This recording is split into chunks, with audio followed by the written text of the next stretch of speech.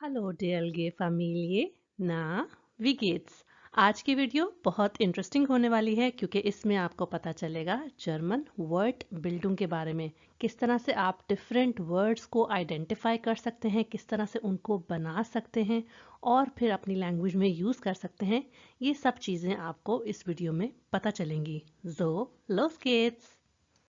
जी, तो हमेशा की तरह हम शुरू करेंगे एक वर्ब से और वर्ब लिया है verkaufen और आपको पता है कि ये एक untrennbares verb है। अब हम देखेंगे कि इसको किस तरह से सेंटेंस में यूज़ करेंगे और इससे और डिफरेंट वर्ड्स कैसे बनाएंगे। Er verkauft hot dogs. वो बेचता है हॉट डॉग्स। यहाँ पर आपने देखा कि मैंने कुछ मुश्किल नहीं किया, सिर्फ एक वर्ब लेकर उसको नॉमिनेटिव के मुताबिक कॉन्जुगेट किया और उसके बाद वो चीज़ बता दी जो कि वो बेच रहा है।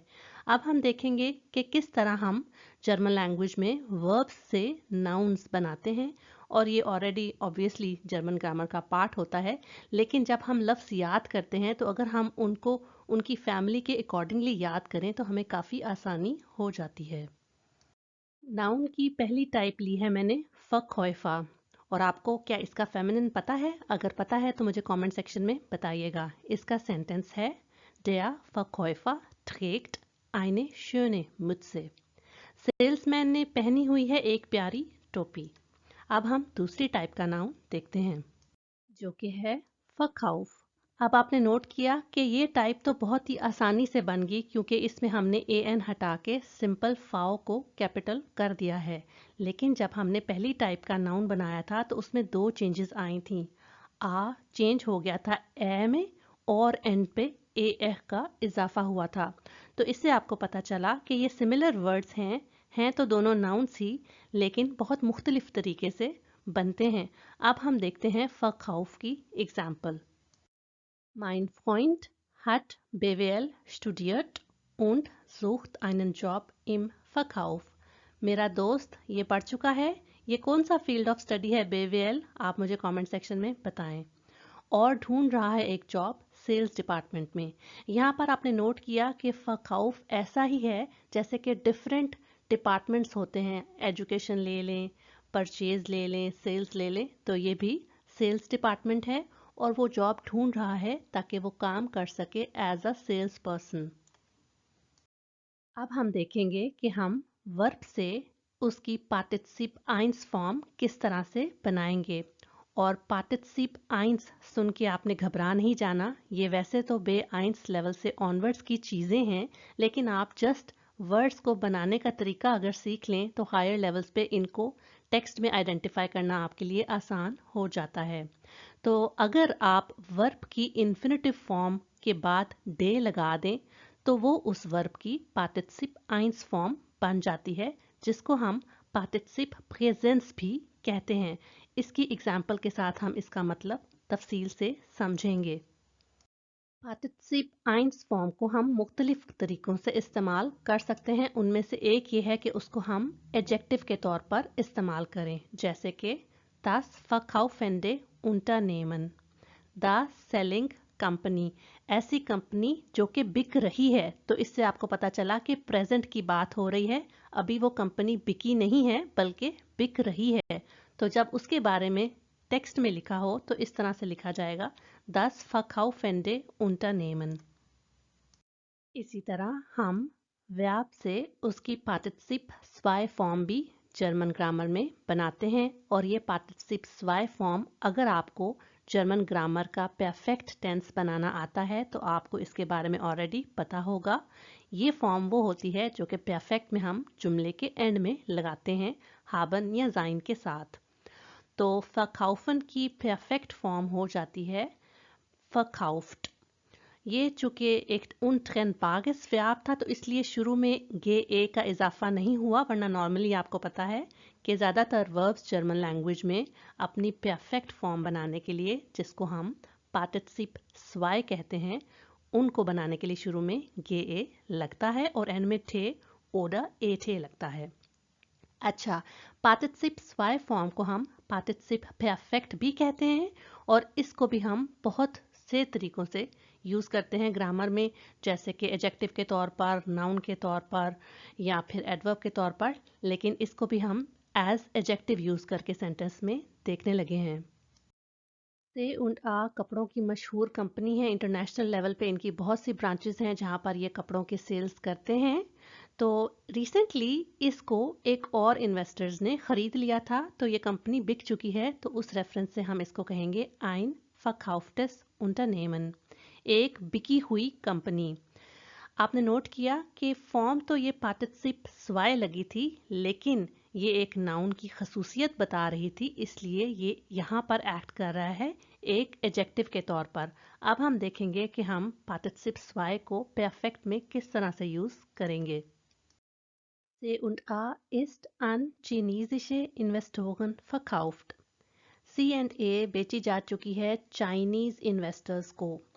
आपने नोट किया कि यहाँ पर इसको परफेक्ट पार्टिसिप स्वाय लगाकर बनाया गया है, और जैसे कि मैंने आपको पहले बताया था कि जब हम पार्टिसिप स्वाय फॉर्म एंड पर लगाते हैं तो उससे पहले हाबन और जाइन आता है, और उसको यूज़ करके ही हम जर्मन लैंग्वेज में परफेक्ट बनाते हैं। अगर आपको नहीं पता कि ये टेंस किस तरह से बनाया जाता है तो उसकी वीडियो का लिंक मैं डिस्क्रिप्शन बॉक्स में दे दूंगी। अब हम चलते हैं लास्ट वर्ड की तरफ, जो कि एक एडजेक्टिव है, और वो है unverkäuflich। अच्छा, इस वर्ड के पीछे एक बैकग्राउंड स्टोरी है। रिसेंटली मैं एक मेडिसिन के फाकों के ऊपर इस वर्ड को पढ़ रही थी।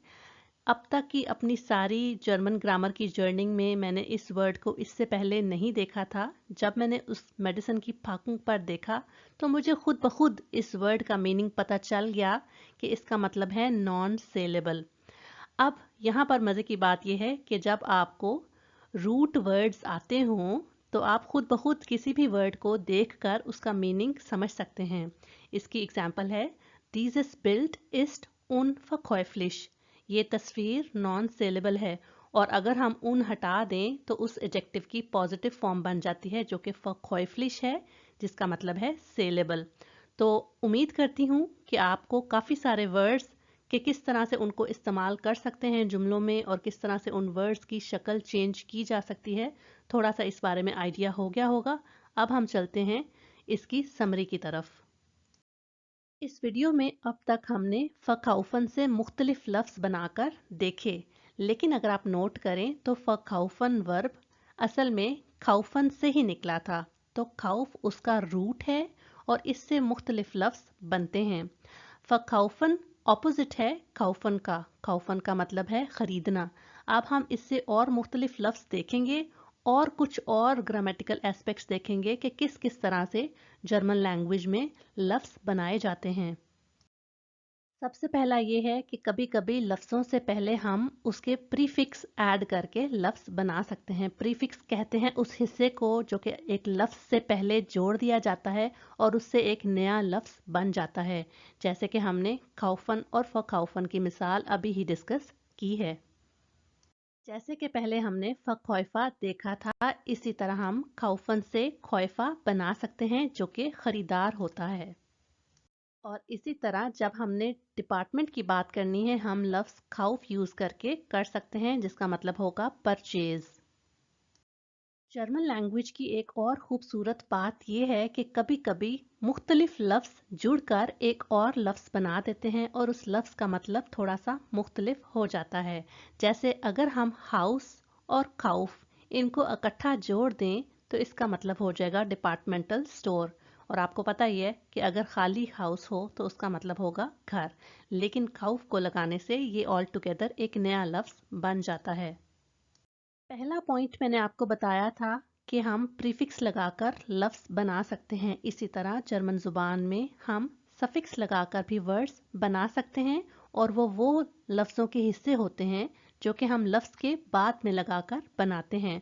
और खाइट और हाइट तो वैसे ही बहुत कॉमन जर्मन लैंग्वेज में सफिक्सेस हैं। और कौन कौन से वर्ड्स हैं जो कि खाइट और हाइट लगाकर बनाते हैं? कुछ वर्ड्स अगर आपको आते हैं तो आप ज़रूर कमेंट सेक्शन में बताइएगा। तो डी काइट कहते हैं परचेजेबिलिटी को। तो आप नोट कर रहे हैं कि आहिस्ता आहिस्ता लफ्ज़ों की कम्प्लेक्सिटी ज़्यादा होती जा रही है। खाउफन की पार्टिसिप आइंस फॉर्म हो जाएगी खाउफेंट, और पार्टिसिप स्वाय फॉर्म होगी गेखाउफ्ट। और käuflich के बारे में तो मैं ऑलरेडी आपको बता चुकी हूँ, जिसका मतलब है परचेजेबल। और आपने नोट किया कि käuflich एक एडजेक्टिव के बाद एक सफिक्स लगाकर उन्होंने एक नया ही नाउन बना दिया था। तो ये चीज़ें थोड़ी सी डिफरेंट हैं हमारी उर्दू हिंदी से, लेकिन बहुत मज़े की लगती हैं और यही जर्मन ज़ुबान को ईजी बनाती हैं कि हम इसको किस तरह से जल्दी और अच्छे तरीके से याद कर सकते हैं। इसी तरह कुछ और एग्जाम्पल्स हैं आपके लिए ausbilden से। Ausbildung, Ausbilder, Ausbildend, Ausbildende, Ausgebildet। आपने नोट किया कि ये दो स्मॉल अल्फ़ाबेट से स्टार्ट हो रहे थे और ये तीन कैपिटल से, तो जब कैपिटल से स्टार्ट हो तो अंडरस्टूड सी बात है कि वो नाउन्स होते हैं। अब आपके लिए टास्क ये है कि आपने इन चारों वर्ब्स से मुख्तलिफ नाउन्स, वर्ब्स और जितने भी एडजेक्टिव्स हो सके लिख कर कॉमेंट सेक्शन में बताने हैं। और कमेंट सेक्शन में ना भी बताएं, राइटिंग में अपनी नोटबुक में ज़रूर इसकी प्रैक्टिस करें, बहुत हेल्प होगी आपको डेफिनेटली। और ये वर्ब्स हैं मीटन, fahren, arbeiten, studieren। मेरी वीडियो आपको कैसी लगी मुझे लाइक और कमेंट करके बताइए कि इन टॉपिक्स पर आप और वीडियोस देखना चाहते हैं, ये आप मुझे कमेंट सेक्शन में बता सकते हैं। ये चैनल और मेरी वीडियोस अगर आपकी जर्मन लैंग्वेज लर्निंग में हेल्प कर रही हैं तो इनको अपने फ्रेंड्स के साथ ज़रूर शेयर करें। मैं मिलती हूँ आपको नेक्स्ट वीडियो में। बिस बाल्ड।